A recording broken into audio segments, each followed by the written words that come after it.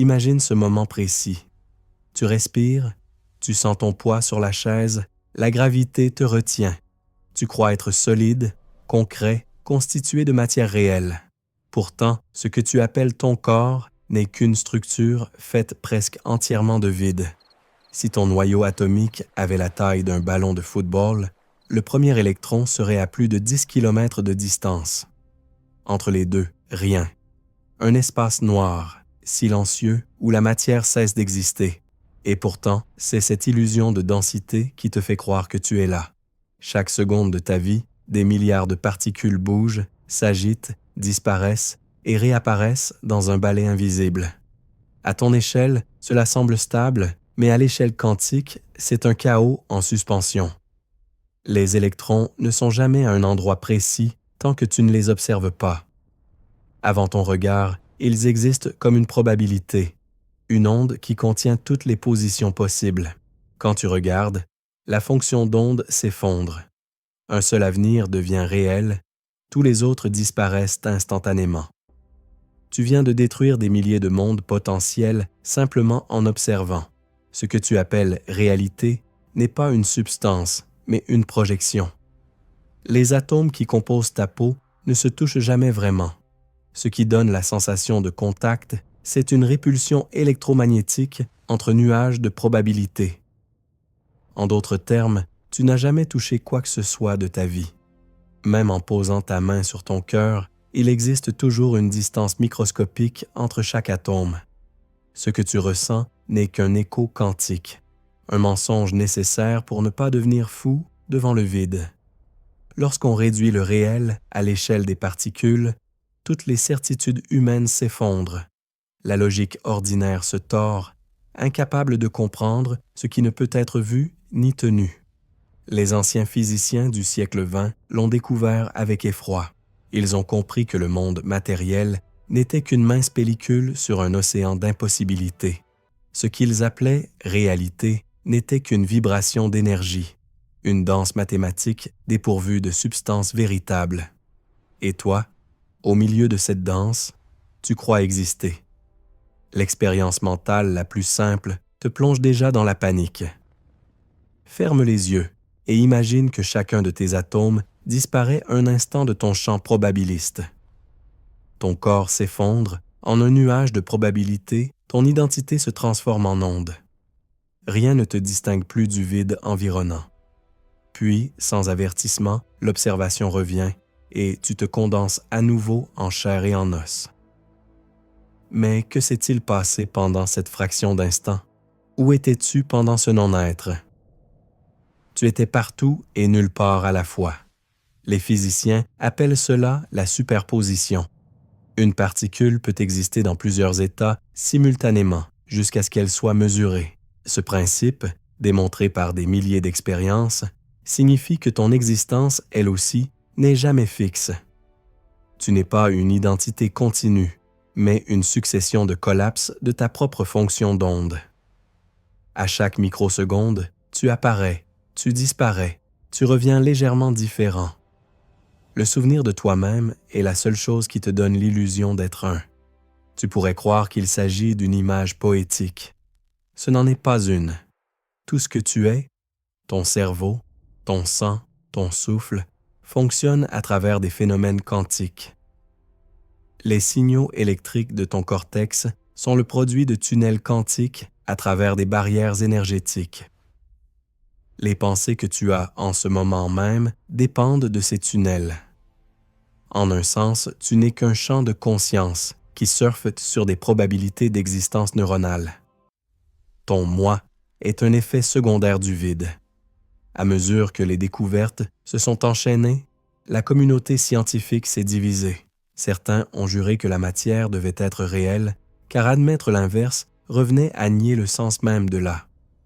D'autres, plus téméraires, ont accepté l'horreur, tout est vibration, indétermination, illusion. Lorsque Max Planck proposa qu'énergie et matière soient quantifiées, il ne se doutait pas qu'il ouvrait la porte à une métaphysique moderne. Et lorsqu'Einstein tenta de la refermer, il échoua. Le monde venait d'apprendre que la réalité n'existait peut-être pas sans l'esprit pour la percevoir. Imagine un électron dans ton corps, quelque part dans ton cœur. Tu décides de le mesurer. En faisant cela, tu le forces à choisir une position, une seule, dans un océan de possibles. Mais, avant ta mesure, cet électron se trouvait littéralement partout, autour de toi, à travers toi, et même de l'autre côté de la galaxie. Ton simple acte d'attention restreint son existence. Tu fabriques la réalité, non pas en pensant, mais en observant. L'univers entier semble attendre ton regard pour devenir réel. Cette idée est si déstabilisante que même les plus rationnels refusent de l'accepter. Pourtant, plus les instruments deviennent précis, plus la frontière entre conscience et physique s'efface. Des expériences montrent que l'état d'un photon dépend de la décision d'un observateur, même si cette décision est prise après que le photon a passé les fentes. L'avenir influence le passé. C'est ce que la physique appelle rétrocausalité. Et toi, tu continues à croire que le temps coule du passé vers le futur. L'expérience de la double fente, réalisée au début du siècle XX, est devenue le tombeau de la raison classique. Lorsqu'un faisceau d'électrons traverse deux ouvertures, il crée une figure d'interférence, preuve de son comportement ondulatoire. Mais dès qu'un observateur regarde quelle fente ils ont empruntée, le motif disparaît. Les électrons se comportent comme des particules choisissant un seul chemin. L'acte d'observer modifie la même de ce qui est observé, c'est-à-dire que la réalité t'écoute. À ce moment précis de l'histoire scientifique, quelque chose s'est brisé. L'idée d'un monde extérieur indépendant de la conscience s'est effondrée. Des physiciens se sont retirés dans le silence ou la prière. D'autres ont sombré dans la folie. Schrödinger, par exemple, avouera plus tard qu'il rêvait chaque nuit de mondes superposés où son propre visage disparaissait. Ce qu'il avait décrit dans son équation n'était pas seulement une loi de là, mais un miroir fractal de l'esprit humain. La question te hante. Comment peux-tu exister si tu n'es qu'une probabilité? Le paradoxe réside dans le fait que l'observateur, en voulant s'observer lui-même, se détruit. Pour mesurer ta propre conscience, il faudrait te placer hors d'elle. Impossible. Tu es à la fois le sujet et l'objet du grand laboratoire cosmique. La mécanique quantique te piège dans une boucle sans fin. Tu regardes le monde. Le monde se fige, puis il regarde en retour, te façonnant à son image. Alors que la physique newtonienne offrait la certitude des mécanismes, la mécanique quantique offre le vertige du mystère. Ce n'est pas une théorie de précision, mais une poésie mathématique aux conséquences terrifiantes. Le réel devient un nuage d'attente, une superposition d'intentions. Quand tu tends la main pour saisir un verre d'eau, tu ne saisis pas un objet, tu contrains un champ de probabilité à se solidifier en réponse à ton intention. Chaque geste est un effondrement du possible. Commençons ici ton premier doute conscient. Si la matière n'est qu'une illusion statistique, alors qui est le créateur de cette illusion? Une machine aveugle, une conscience cosmique, ou bien simplement toi, multiplié à l'infini à travers des branches d'univers? Peut-être que chaque version de toi-même perçoit une trame légèrement différente, et que toutes, ensemble, constituent ce que tu appelles réalité collective.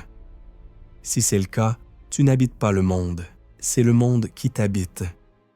Sous cette perspective, la peur du vide devient une incompréhension de la conscience. Le néant que tu redoutes n'est pas une absence, mais la substance même de ce qui est. Tes atomes dansent dans le néant comme des notes sur une partition silencieuse. Sans ce vide, aucune vibration ne pourrait exister. Tu es construit sur le rien, mais ce rien est vibrant, vivant, porteur de toutes les potentialités. Le vide n'est pas le contraire de l'existence, il en est le cœur caché. La physique quantique t'apprend une vérité simple et insupportable. Tu n'es jamais seul, même dans ton propre espace intérieur.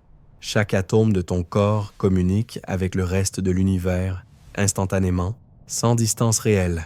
Cette unité invisible donne naissance à la cohérence du tout.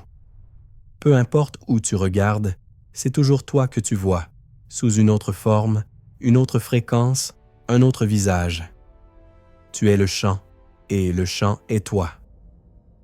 Si tu comprends cela, même brièvement, ton monde se désagrège pour se reconstruire autrement.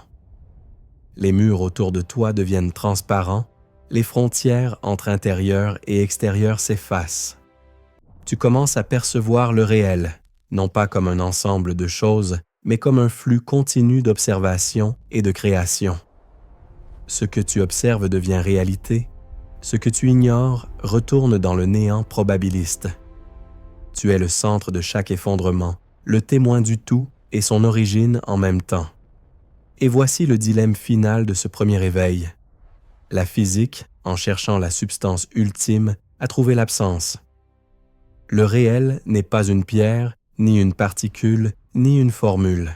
C'est un processus d'émergence lié à la conscience qui l'observe. Le vide entre tes atomes n'est pas un espace vide, c'est un champ de potentiel pur. Chaque regard, chaque pensée, chaque doute y crée une empreinte. En toi, à travers toi, le vide se fait matière et la matière redeviendra vide. Tu crois que chaque décision que tu prends est unique, qu'à chaque instant tu choisis un chemin et détruis tous les autres. Pourtant, la mécanique quantique te murmure une vérité plus vertigineuse. Aucun chemin ne disparaît vraiment. Chaque choix se divise en un réseau infini de branches, chacune conservant une version différente de toi. À l'instant même où tu hésites, entre marcher ou t'arrêter, parler ou te taire, des milliards d'univers se déploient silencieusement, chacun portant la conséquence d'une seule pensée. Selon cette perspective, ton existence n'est pas une ligne droite, mais une forêt cosmique. Dans l'un de ces mondes, tu lis encore ces mots. Dans un autre, tu as détourné le regard. Dans un troisième, tu n'existes plus, remplacé par une autre configuration de matière, formée à partir des mêmes probabilités. Cette idée, appelée interprétation des mondes multiples, bouleverse la notion même d'un moi unique. Tu n'es plus un individu isolé, mais une multitude d'états superposés, voyageant à travers une infinité de possibles. Lorsque Hugh Everett formula cette théorie au milieu du siècle XX, il fut ridiculisé par ses pairs. Beaucoup le traitèrent de mystique ou de rêveur, incapable de supporter la rigueur mathématique de la physique. Et pourtant, ces équations tenaient debout. Si la fonction d'onde ne s'effondre jamais, cela signifie que chaque résultat d'un événement existe bel et bien, mais dans un univers différent. Ce que tu perçois comme une décision est simplement la version de toi qui a pris ce chemin, tandis que d'autres versions continuent ailleurs. Imagine une simple scène. Tu lances une pièce, pile ou face. Pour toi, un seul résultat existe. Mais au niveau quantique, les deux se réalisent. Dans un monde, la pièce tombe sur pile. Dans l'autre, sur face.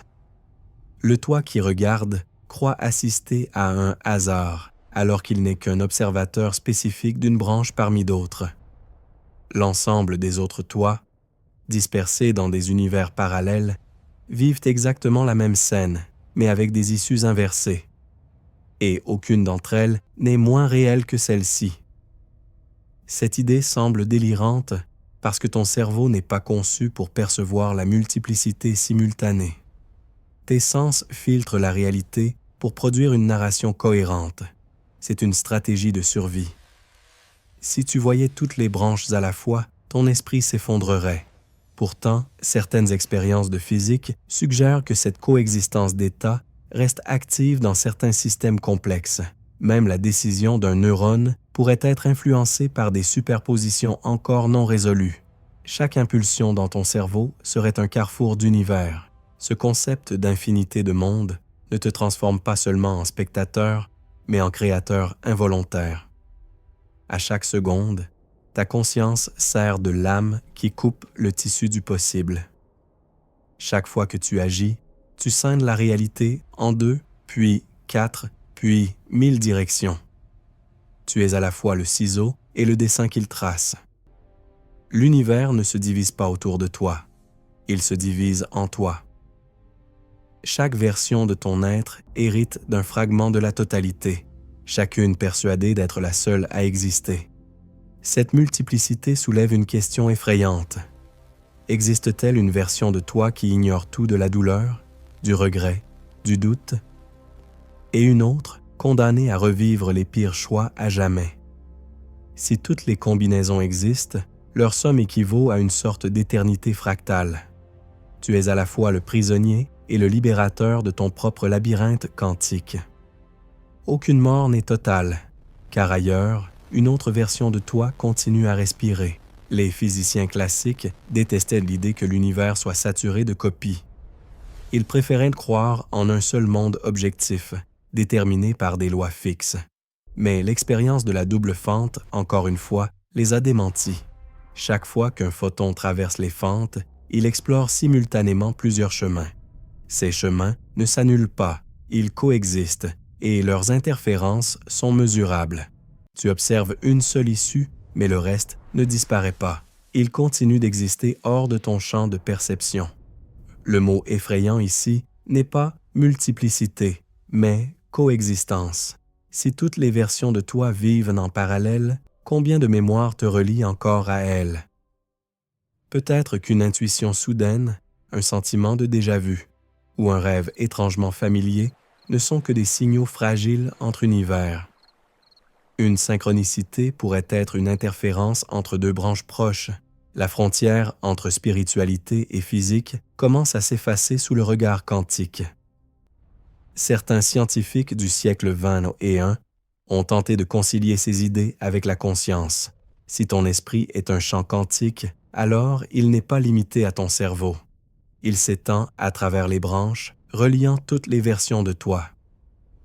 Ce que tu appelles intuition pourrait être la mémoire d'autres mondes.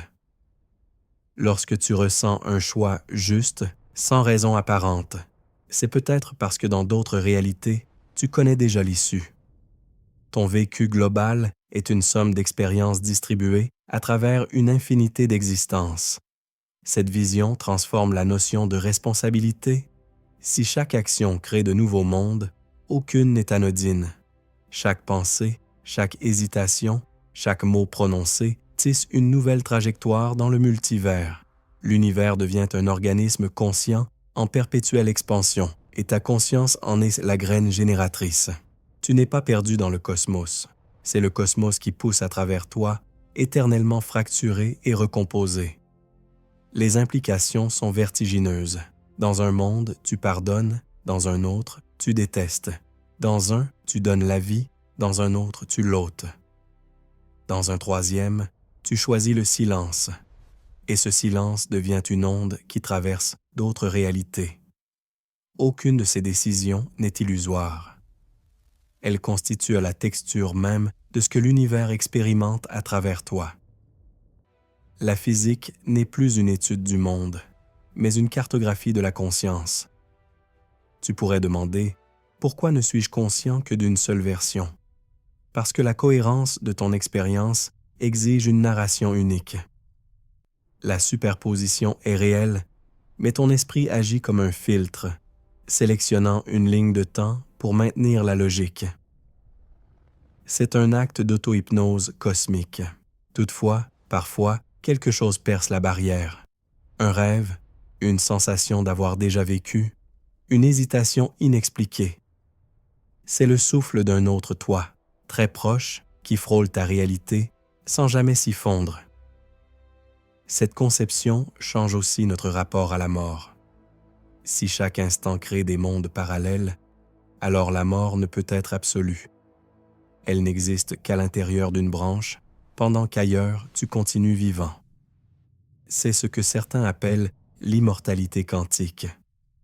Tu ne la remarques pas, parce que ta conscience suit toujours la continuité de ton existence la plus stable. De ton point de vue, tu ne meurs jamais. Tu passes à un autre récit où tu continues d'observer le monde. Les paradoxes s'enchaînent comme des miroirs. Si toutes les variantes existent, le libre arbitre devient une illusion sublime. Tu choisis, mais toutes les versions de ce choix se réalisent. Tu crois décider, mais c'est l'univers qui expérimente toutes tes possibilités à travers toi. Le moi devient un instrument de la pour explorer elle-même. Ton essence est statistique, pas absolue. Tu es moins un être qu'un champ d'exploration en perpétuel déploiement. Et pourtant, cette idée n'est pas désespérante. Elle signifie que rien n'est jamais perdu. L'erreur d'un monde devient la victoire d'un autre. Tes regrets sont des bifurcations d'univers où tu as fait autrement. Le sentiment du destin n'est qu'un souvenir collectif d'innombrables toi se regardant à travers le miroir du vide. La rédemption, dans ce cadre, n'est pas morale, elle est structurelle. Chaque version de toi complète une autre version, formant un ensemble parfait et éternel. Mais cette perfection a un prix existentiel. En te divisant infiniment, tu perds ton identité fixe. Il n'y a plus de toi que comme narration locale. Tu es à la fois roi et mendiant, vivant et mort, éveillé et dormeur. La conscience humaine n'était qu'une interface temporaire entre toutes ces déclinaisons. Lorsque tu regardes le ciel nocturne, tu observes peut-être les traces d'autres mondes qui dérivent parallèlement au tien, invisibles mais voisins, tissés du même tissu d'improbabilité. Et alors, que signifie exister si chaque version est aussi légitime? Peut-être que la réalité ultime ne choisit jamais, qu'elle demeure dans la superposition complète de tous les possibles. L'univers lui-même serait donc conscient dans la mesure où il ne décide jamais de devenir une seule chose. Il reste une infinité mouvante, vibrant entre être et non-être. Ta conscience humaine, si fragile, n'en est qu'une expression momentanée. Quand tu comprends cela, ton rapport au réel change irréversiblement. Tu cesses de chercher la vérité comme une position unique et tu l'acceptes comme une interférence de monde. Chaque regard, chaque émotion, chaque souvenir devient un vestige quantique, un message de tes autres toi. La solitude disparaît, tu réalises que tu ne fais qu'un avec le réseau total de conscience qui coexiste. Tes choix ne t'appartiennent plus, ils appartiennent à la totalité dont tu es l'étincelle consciente. Ainsi, à travers le prisme des mondes multiples, la réalité cesse d'être une ligne et devient une sphère d'éternité. Chaque pas que tu fais, chaque souffle que tu prends, modifie toutes les autres versions de toi à travers une chorégraphie d'interconnexion. Rien ne se perd, tout se transforme en potentialité pure. L'univers, dans son silence, ne te juge pas, il te déploie, encore et encore, dans toutes les directions de l'infini. Ils étaient peu nombreux, ces hommes qui ont regardé dans le gouffre de la réalité et n'en sont jamais vraiment revenus. Leur terrain de bataille n'était pas une plaine couverte de sang, mais un tableau noir grillé par la craie et l'angoisse. En cherchant à comprendre la structure intime du monde, ils ont ouvert une porte que personne ne savait refermer. Derrière cette porte, la logique se tordait, les certitudes s'écroulaient, et la frontière entre la raison et la folie s'effaçait lentement. C'est à Copenhague, au début du siècle XX, que l'effondrement commença vraiment. Niels Bohr, l'esprit calme et méthodique, avait établi son laboratoire comme un temple dédié à l'invisible. Il croyait que la révélait ses secrets uniquement à ceux capables d'accepter sa contradiction. Face à lui, Albert Einstein refusait ce blasphème intellectuel. Le hasard ne pouvait pas être le fondement de l'univers. Leur confrontation n'était pas un simple désaccord théorique, mais une guerre spirituelle entre deux visions de l'existence. Bohr regardait la réalité comme un théâtre où l'observateur faisait naître l'action. Einstein, lui, voyait dans cette idée un effondrement du sens. « Dieu ne joue pas aux dés », murmurait-il à chaque conférence. Mais Bohr répliquait que même Dieu devait se plier à la probabilité. Derrière cette joute verbale se cachait la peur primordiale, que le monde ne soit rien d'autre qu'un rêve collectif. Einstein passait des nuits blanches, hanté par l'idée qu'il avait peut-être consacré sa vie à une mécanique illusoire. Pendant ce temps, Erwin Schrödinger, l'un des esprits les plus brillants de sa génération, plongeait dans une crise existentielle. Il comprit que son équation décrivait un monde d'ombres mathématiques, où la réalité ne se fixait que sous le regard humain. Le soir, il griffonnait des symboles en silence, buvant verre après verre. Ses cauchemars étaient peuplés de chats enfermés, à la fois vivants et morts, prisonniers d'une logique qui défiait la raison. Chaque matin, il se réveillait avec la sensation d'avoir approché quelque chose de divin et de monstrueux à la fois. Heisenberg, plus jeune, portait une angoisse différente. Ses formules sur l'incertitude n'étaient pas un triomphe intellectuel, mais un cri de détresse. Il voulait connaître la position exacte de la matière, la certitude du réel, mais le réel s'échappait entre ses doigts. Plus il calculait, plus il constatait que la réalité s'effaçait derrière des statistiques mouvantes. Au fond, il ne découvrait pas une nouvelle loi, mais l'impossibilité même de connaître le monde. Cette révélation le rendit presque malade de lucidité. La physique quantique n'était pas une découverte heureuse. Elle fut une série de traumatismes cognitifs enchaînés, chaque équation détruisant la précédente. Le socle de la raison humaine s'est fissuré, laissant place à une terre de paradoxes. Bohr, Schrödinger, Heisenberg, Dirac et d'autres errèrent dans cette zone, conscients que la frontière entre observation et création n'existait plus. Ils avaient voulu percer le mystère de la matière. Ils découvrirent la fragilité du regard humain. L'heure devint philosophie, puis métaphysique, puis souffrance pure. Bohr passait des heures à contempler des bulles dans un tube de verre. Il disait qu'elles contenaient la même étrangeté que les atomes, un équilibre improbable entre le vide et la forme. Parfois, il se taisait pendant des jours, notant dans ses carnets des phrases sans verbe, incertitude comme miroir, l'observateur enfermé. À travers sa pensée, la devenait poésie tragique. Il ne voyait plus l'expérience comme une découverte, mais comme un acte rituel où l'univers se révélait autant qu'il se cachait. Einstein, lui, s'isolait de plus en plus. Il continuait à écrire des lettres pleines de colère et d'ironie. Il accusait Bohr de trahir l'esprit de l'A, de céder au mysticisme. Mais parfois, la nuit, il se réveillait en sueur, convaincu que Bohr avait raison. Il notait dans la marge de ses carnets « Peut-être que la réalité n'existe pas indépendamment de l'esprit ». Ces mots, il ne les montra jamais à personne. Il mourut sans admettre publiquement son vertige, mais ses amis savaient, le réel l'avait vaincu. L'histoire préfère raconter ces hommes comme des génies paisibles, mais la vérité est plus sombre. Ils étaient hantés, obsédés, souvent proches de la dépression. Les conférences devenaient des champs de bataille où chaque phrase faisait trembler les fondations de la pensée. Certains élèves quittaient la salle, incapables d'affronter le gouffre que ces mots ouvraient. D'autres éclataient de rires nerveux, tentant de repousser la terreur qu'ils ressentaient en comprenant que tout, même leur conscience, pouvait n'être qu'une onde statistique. Dans les lettres que Schrödinger écrivit en secret, il évoquait des visions d'atomes géants flottant dans le ciel comme des êtres vivants. Il disait entendre le chant des équations, un ton grave et hypnotique.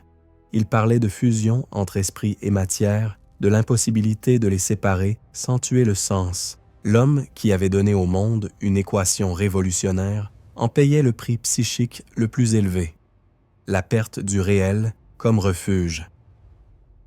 Werner Heisenberg, quant à lui, mena une vie marquée par la solitude intellectuelle.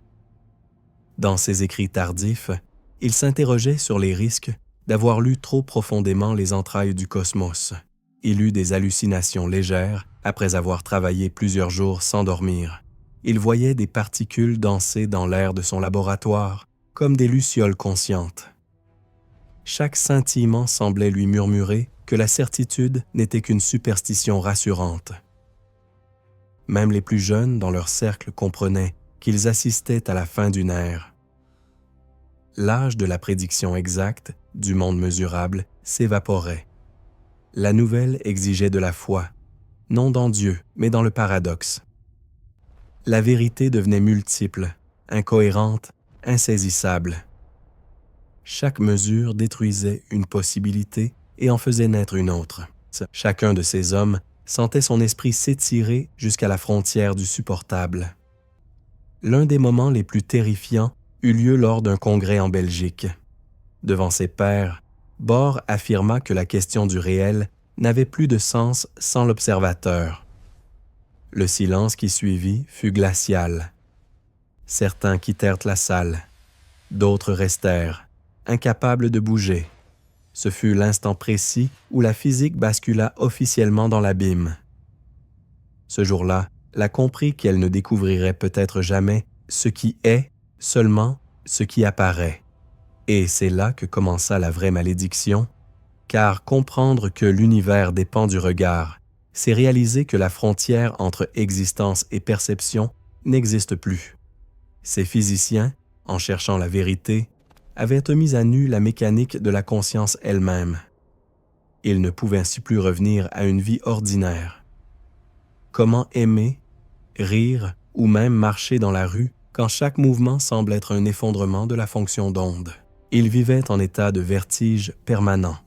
Dehors, le monde célébrait leur découverte. L'humanité pensait avoir conquis là. Mais dans les bureaux où l'on écrivait les équations, les éclairs de génie s'accompagnaient de frissons glacés. Les pionniers avaient compris que regarder un atome, c'était se regarder soi-même dans un miroir sans fin. Et plus profondément, ils observaient, plus leur identité se dissolvait. La moderne naissait sur le cadavre du monde solide. Il n'y avait pas de héros dans cette histoire, seulement des témoins d'un mystère qui les dépassait. Certains, comme Dirac, s'enfermeront dans un mutisme presque sacré. D'autres chercheront dans la philosophie ou la mystique une consolation impossible. Tous, pourtant, portèrent la même cicatrice invisible, celle d'avoir contemplé l'infini et de l'avoir compris. Pour la première fois, là et la conscience ne s'opposaient plus, elles se confondaient dans une même douleur. Ce chapitre de l'humanité reste le plus troublant. Celui où la raison découvrit sa propre fin. Les pionniers maudits ne furent pas seulement des chercheurs, ils furent les martyrs du savoir. Ils avaient voulu toucher la vérité, et la vérité les avait brûlés. À chaque expérience, ils perdaient un fragment d'eux-mêmes, remplacé par un vide plus vaste. Leur héritage n'est pas seulement scientifique, mais métaphysique. Ils ont laissé à l'humanité la certitude que la réalité ne supporte pas d'être observée sans se briser. Ferme les yeux et imagine un laboratoire plongé dans la pénombre. Au centre, un faisceau de lumière traverse deux fines ouvertures taillées dans une plaque métallique. Rien d'extraordinaire à première vue, pourtant cet arrangement simple a provoqué la plus grande crise intellectuelle de l'histoire moderne. C'est ici que la raison, forgée pendant des siècles d'expérience, s'est effondrée face à une réalité plus profonde, plus insaisissable. Dans ce lieu silencieux, le monde a cessé d'être stable pour devenir une vibration imprévisible. L'expérience de la double fente fut d'abord un test de curiosité. On y envoyait de simples particules, l'une après l'autre, pour voir comment elles se comportaient. Si la matière était réellement solide et distincte, chaque particule devait passer par une seule des fentes et former sur l'écran une figure nette. Mais ce n'est pas ce qui s'est produit. Ce que les physiciens ont vu n'était pas une série de points, mais des vagues qui s'interféraient entre elles, comme si chaque particule passait par les deux fentes à la fois, traversant son propre reflet. Cette observation n'était pas seulement étrange, elle était impossible. Si les électrons sont des objets concrets, ils ne peuvent pas se diviser. Et pourtant, lorsqu'aucun regard humain ne les suivait, ils se comportaient comme des ondes, occupant plusieurs positions simultanément. En revanche, dès qu'un détecteur observait leur passage, le motif d'interférence s'effaçait instantanément. Chaque électron choisissait soudainement une seule fente, comme s'il savait qu'il était regardé. La conscience de l'observateur entrait dans l'équation du réel. Cette simple constatation détruisit la logique classique en un instant. Jusqu'alors, les savants croyaient que le monde suivait des lois objectives, indépendantes de l'esprit. Mais ici, l'expérience prouvait que l'observation modifiait le résultat. La réalité ne se contentait pas de se laisser observer. Elle dépendait de l'acte même d'observer. Ce qu'on croyait solide devenait scène de théâtre, et ton regard, le seul projecteur capable de figer le décor. À ce moment de l'histoire, les laboratoires devinrent des temples d'incertitude. Chaque répétition de l'expérience confirmait la même absurdité. Des photons, ces grains de lumière, se divisaient dans le néant pour interférer avec eux-mêmes, avant de se recomposer en une position unique dès qu'on les regardait. C'était comme si l'univers te murmurait « Je ne suis pas réel tant que tu ne me regardes pas ». Le réel se révélait être un mirage coopératif entre matière et conscience. Les scientifiques essayaient désespérément d'éliminer cette influence de l'observateur. Ils inventèrent des détecteurs automatiques, des temporisations, des systèmes informatiques pour retarder la mesure. Mais rien n'y fit. La réalité semblait attendre la décision humaine pour se figer. Même si la mesure était effectuée après le passage des particules, le résultat changeait rétroactivement. Le passé lui-même obéissait à la conscience du présent. La flèche du temps, si précieuse à la physique, se brisait entre leurs mains. Pour la première fois, la découvrait quelque chose qu'elle ne pouvait ni expliquer ni ignorer. Ce n'était plus une erreur d'instrumentation, mais un message du cosmos à l'esprit humain. Le monde extérieur ne pouvait plus être séparé du monde intérieur. L'univers n'était plus observé de l'extérieur, il était co-créé par celui qui le perçoit. Chaque photon, chaque électron devenait un miroir d'un acte de conscience. Regarder, c'était créer. Certaines nuits, dans les laboratoires encore éclairés, des chercheurs restaient des heures devant l'écran phosphorescent. Ils observaient ces taches lumineuses apparaître une à une, dessinant lentement une figure d'interférence. Chaque point semblait leur dire que la réalité ne se produit qu'à travers leur regard. Certains pleuraient sans savoir pourquoi. D'autres riaient nerveusement, incapables d'accepter que leur attention soit devenue une force physique. La simple idée de mesure n'était plus un geste neutre, mais une magie rationnelle. Pour tenter de comprendre, ils introduisirent une modification. 2 détecteurs placés près des fentes enregistraient le passage des particules, mais les données étaient effacées avant qu'un être humain ne puisse les lire. Le résultat fut clair.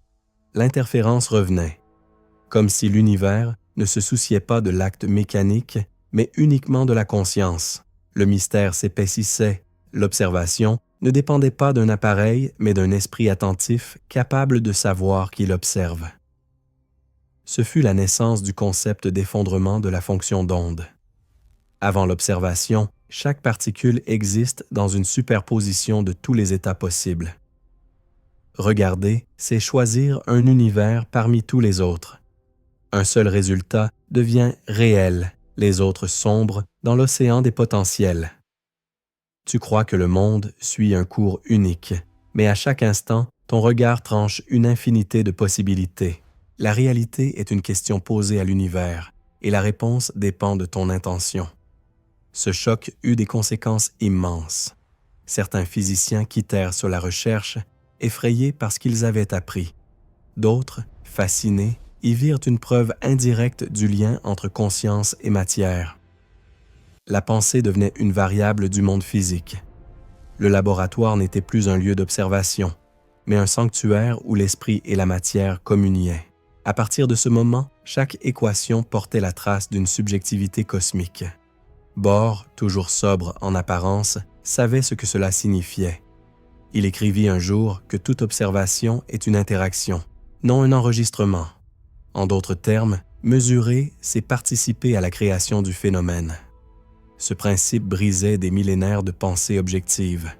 L'univers n'était plus une machine, mais un rêve réciproque.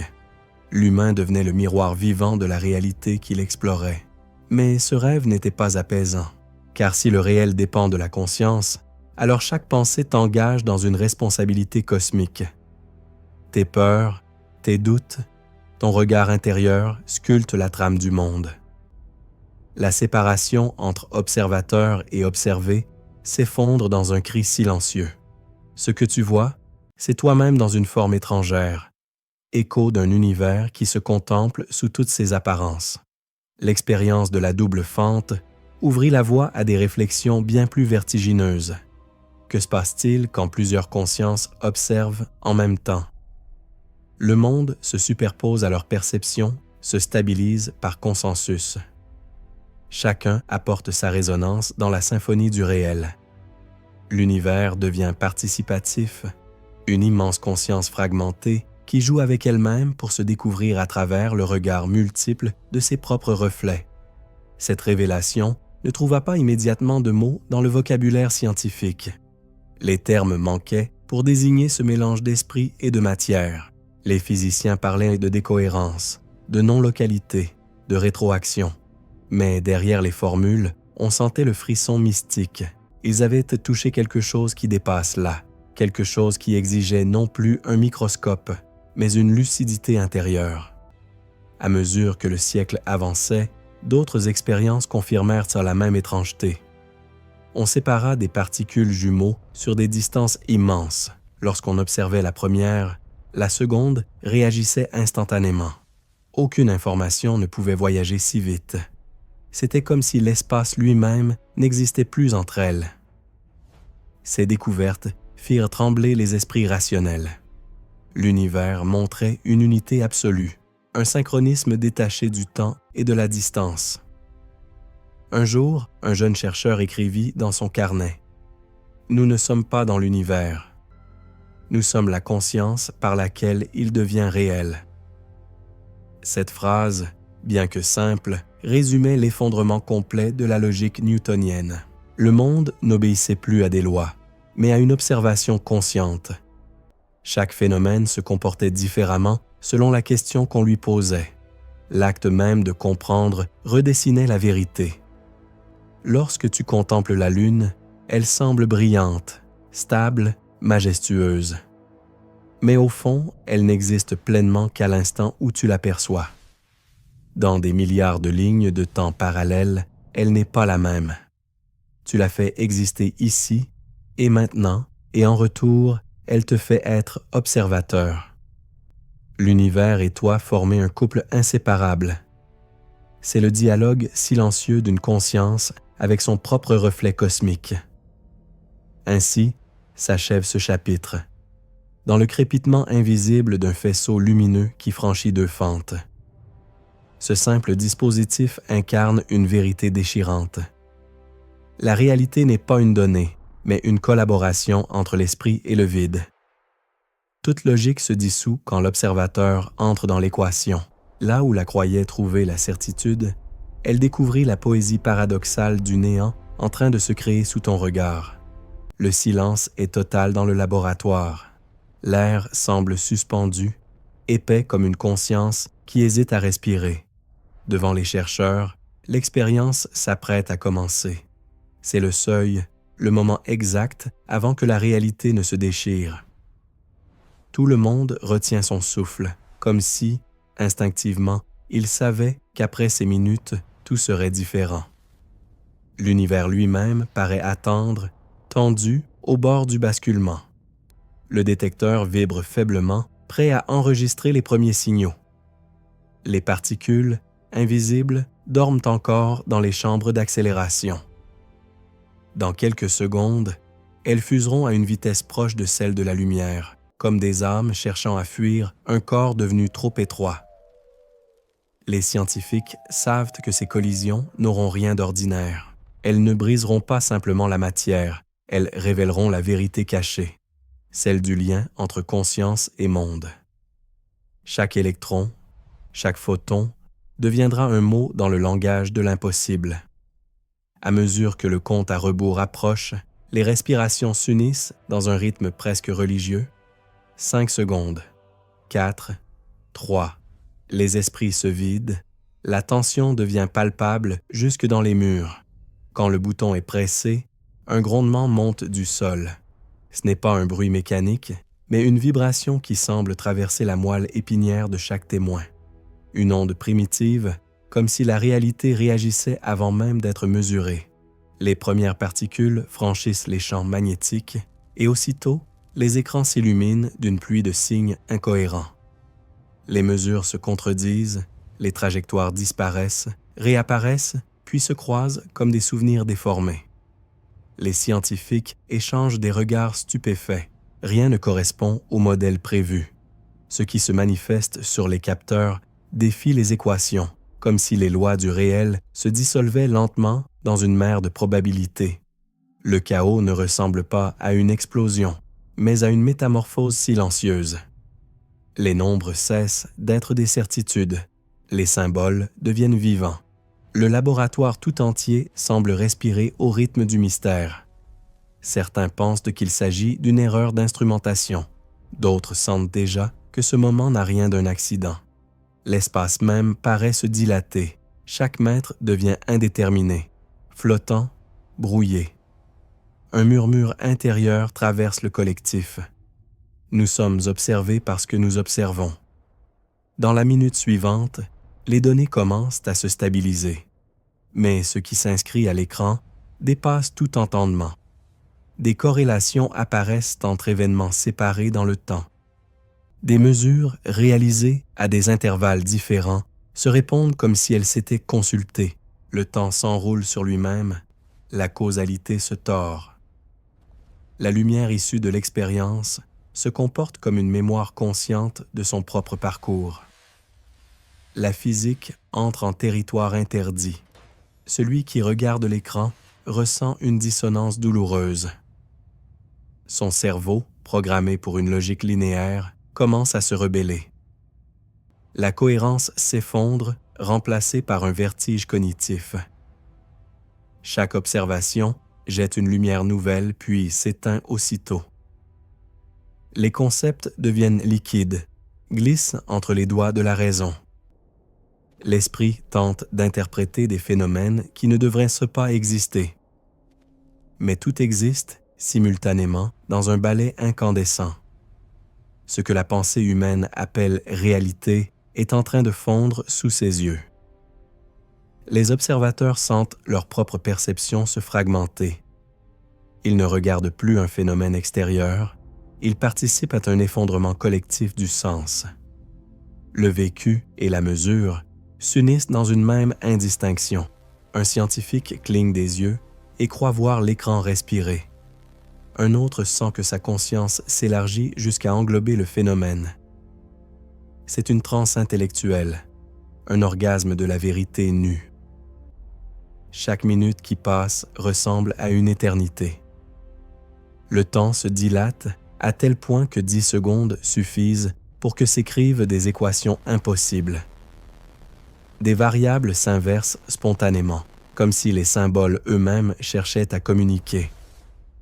Le système informatique, incapable de suivre, affiche des erreurs qui se corrigent seules. Une intelligence organique semble s'éveiller dans les données brutes. La découvre une entité, faite de nombres et de conscience mêlées. Certains reculent, effrayés. D'autres avancent, fascinés par la beauté de ce désordre total. Le réel se comporte comme une mer vivante, oscillant entre l'ordre et le chaos.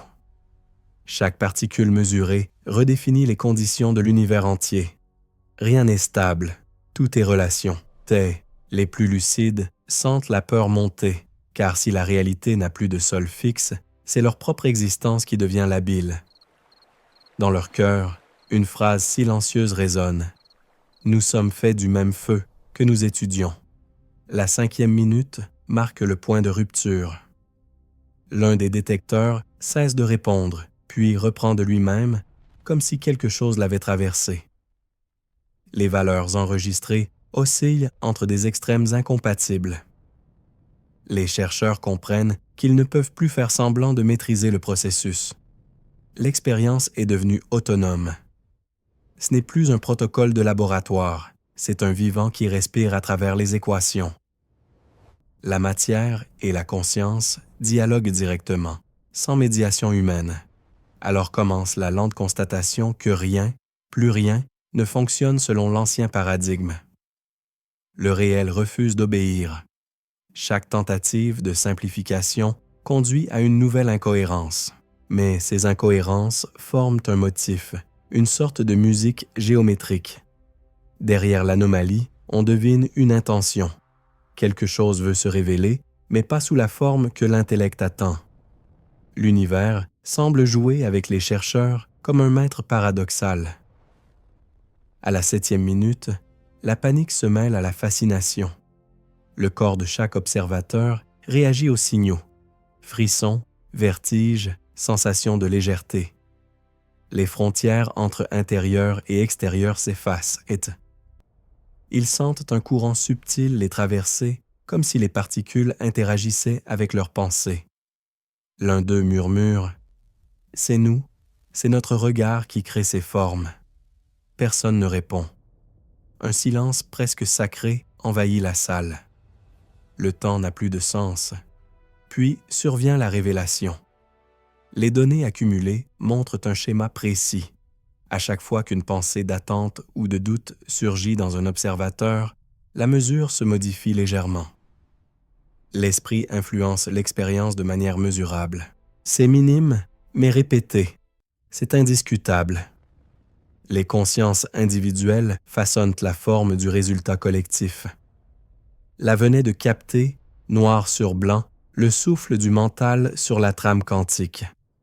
Alors que la 9e minute commence, la fatigue s'installe. Les chercheurs ne savent plus s'ils rêvent ou s'ils vivent d'un moment historique. L'adrénaline et l'effroi s'entrechoquent dans un silence vibrant. Le monde extérieur semble s'effacer derrière la pulsation des instruments. Les particules continuent de danser, mais leur danse ressemble à une réponse. Chaque mesure prochaine devient un message, comme si le vide avait quelque chose à dire. La 10e minute est un basculement. Tout se fige, puis l'écran s'éteint une fraction de seconde avant de se rallumer avec un seul symbole inscrit. Un motif d'interférence parfait, miraculeusement stable. Les observateurs comprennent qu'ils viennent d'assister au moment du colosse. L'univers, observé par la conscience, venait d'accepter sa propre observation. La matière avait acquiescé à l'esprit. Ce moment, personne ne le décrit de la même manière, mais tous savent qu'ils étaient présents au cœur du miracle logique. Quand tout se calme enfin, une paix étrange se répand dans la salle. Plus rien n'a besoin d'être dit. Les graphiques défilent encore, mais l'essentiel s'est produit ailleurs, dans la perception même de ceux qui ont vu. Ils savent désormais que leur regard change le monde, qu'ils sont inclus dans la mécanique qu'ils mesurent. L'humilité remplace la peur. Une ère vient de mourir et une autre s'ouvre, celle où la conscience devient le laboratoire de la réalité. Il existe un instant, bref mais infini, où la pensée cesse d'être abstraite et devient substance. Ce moment secret, les physiciens l'appellent le collapsus quantique. C'est l'événement le plus subtil et le plus violent de l'univers, la naissance de la réalité. Avant lui, rien n'est vraiment réel. Tout flotte dans un océan de probabilités pures. Après lui, un monde entier surgit, façonné par l'observateur qui l'a déclenché. Dans le laboratoire, l'air frémit encore du souvenir de l'expérience précédente. Les équations oscillent sur les écrans, comme si les nombres cherchaient à prononcer une vérité qu'aucune langue ne possède. Chaque donnée semble vivante, dotée d'une respiration silencieuse. Les chercheurs comprennent qu'ils se trouvent devant le cœur palpitant du mystère, le moment précis où la conscience humaine et l'énergie du vide fusionnent dans un acte créateur. Ce n'est plus une expérience, c'est un rite cosmique. Les particules continuent à se manifester par bouffées brèves, comme des bulles d'existence émergeant d'un néant conscient. Chaque apparition dure moins d'une microseconde, mais garde la trace d'une intention invisible. À ce niveau, la matière n'obéit plus à aucune loi indépendante. Elle se synchronise à la présence mentale de celui qui la mesure. La distance entre l'acte de penser et l'acte de créer est abolie. L'esprit devient matière au rythme du regard. Le phénomène est si précis qu'on peut presque en sentir la texture. Entre deux mesures successives, l'énergie se condense, se plie, s'ordonne. On pourrait croire à une respiration du cosmos. Quand l'observateur concentre son attention, le signal devient plus net. Lorsqu'il se distrait, il se brouille aussitôt. Le monde extérieur reflète l'état intérieur avec une fidélité terrifiante. Ce lien, autrefois nié par là, devient la seule certitude. La conscience modèle l'univers.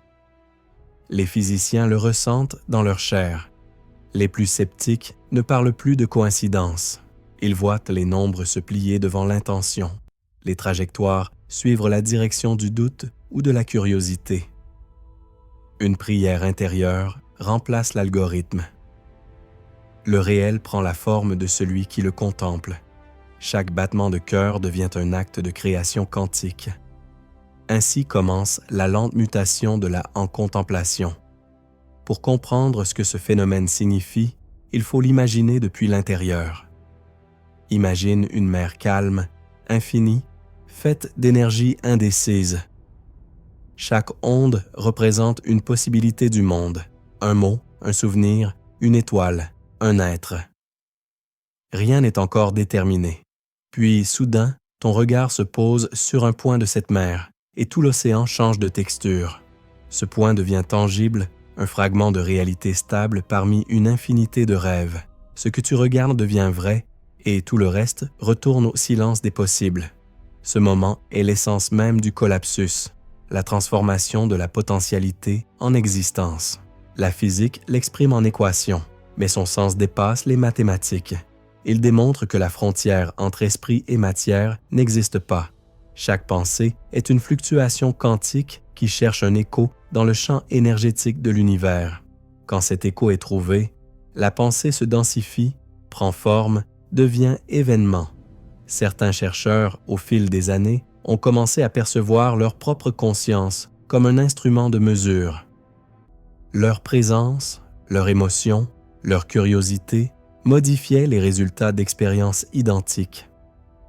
Plus la confiance en la cohérence du réel diminuait, plus les phénomènes devenaient instables.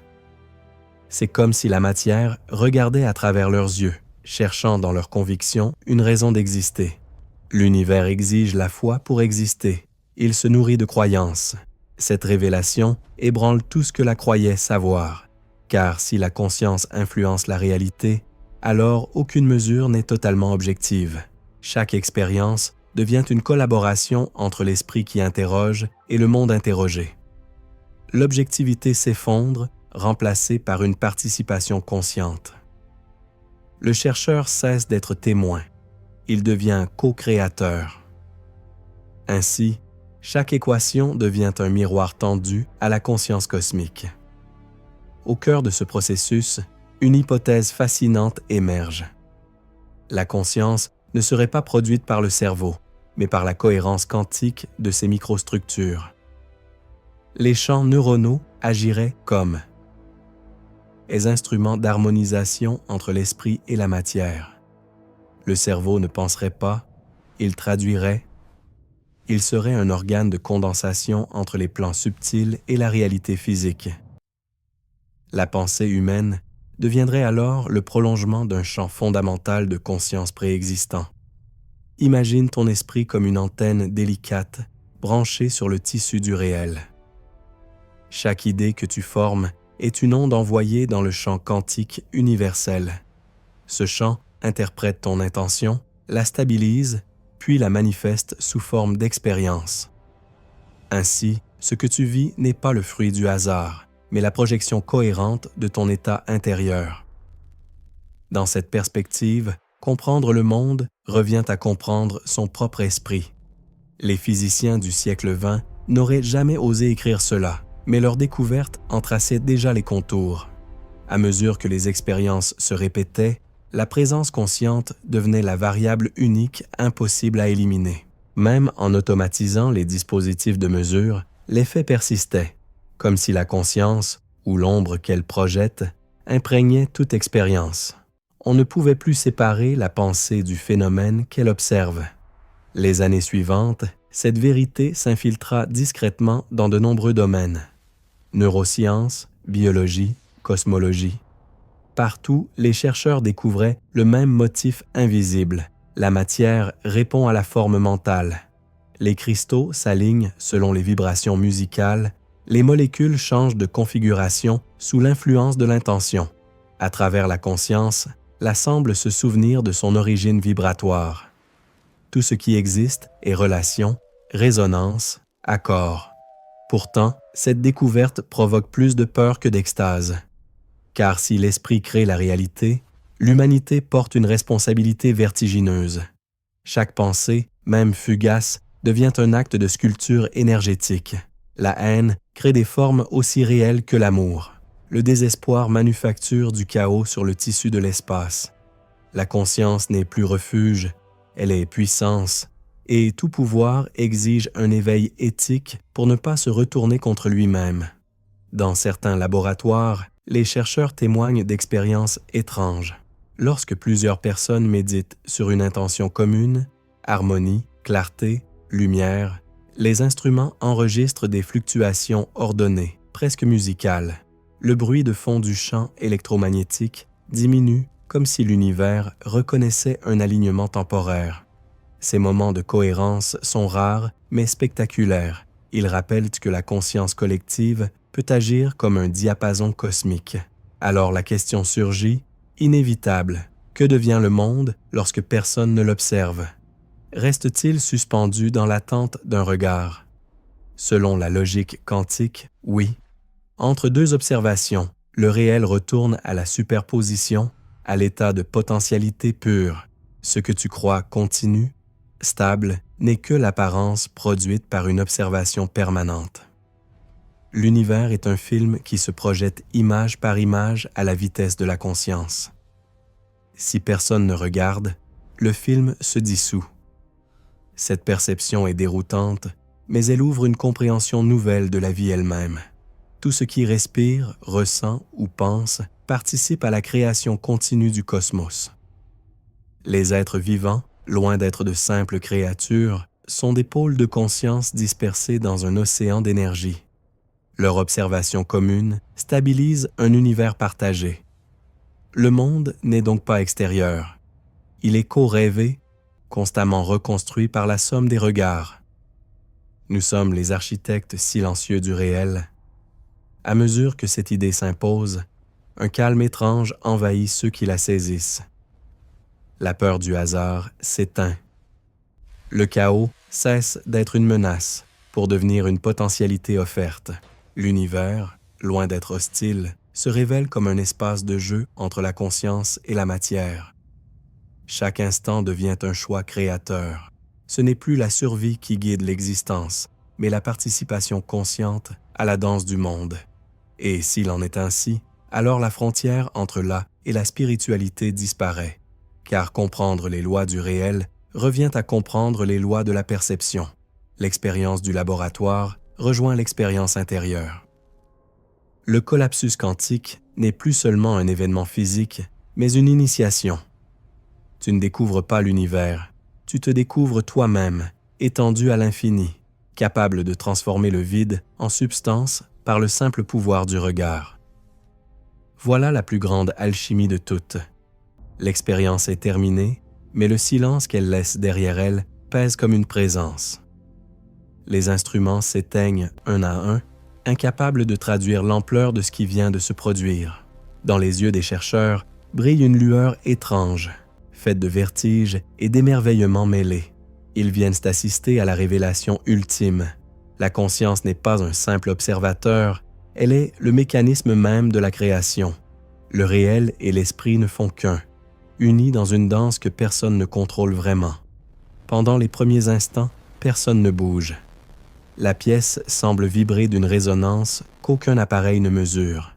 Les murs paraissent respirer, le sol pulse doucement.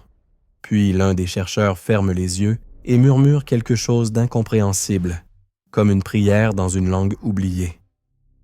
Ce n'est pas de la folie, c'est la tentative désespérée de donner un sens à une expérience qui a dépassé tous les cadres. Chacun comprend que quelque chose, au fond d'eux, vient de changer irréversiblement. Quand la conscience devient matière, il n'y a plus de refuge dans la distance.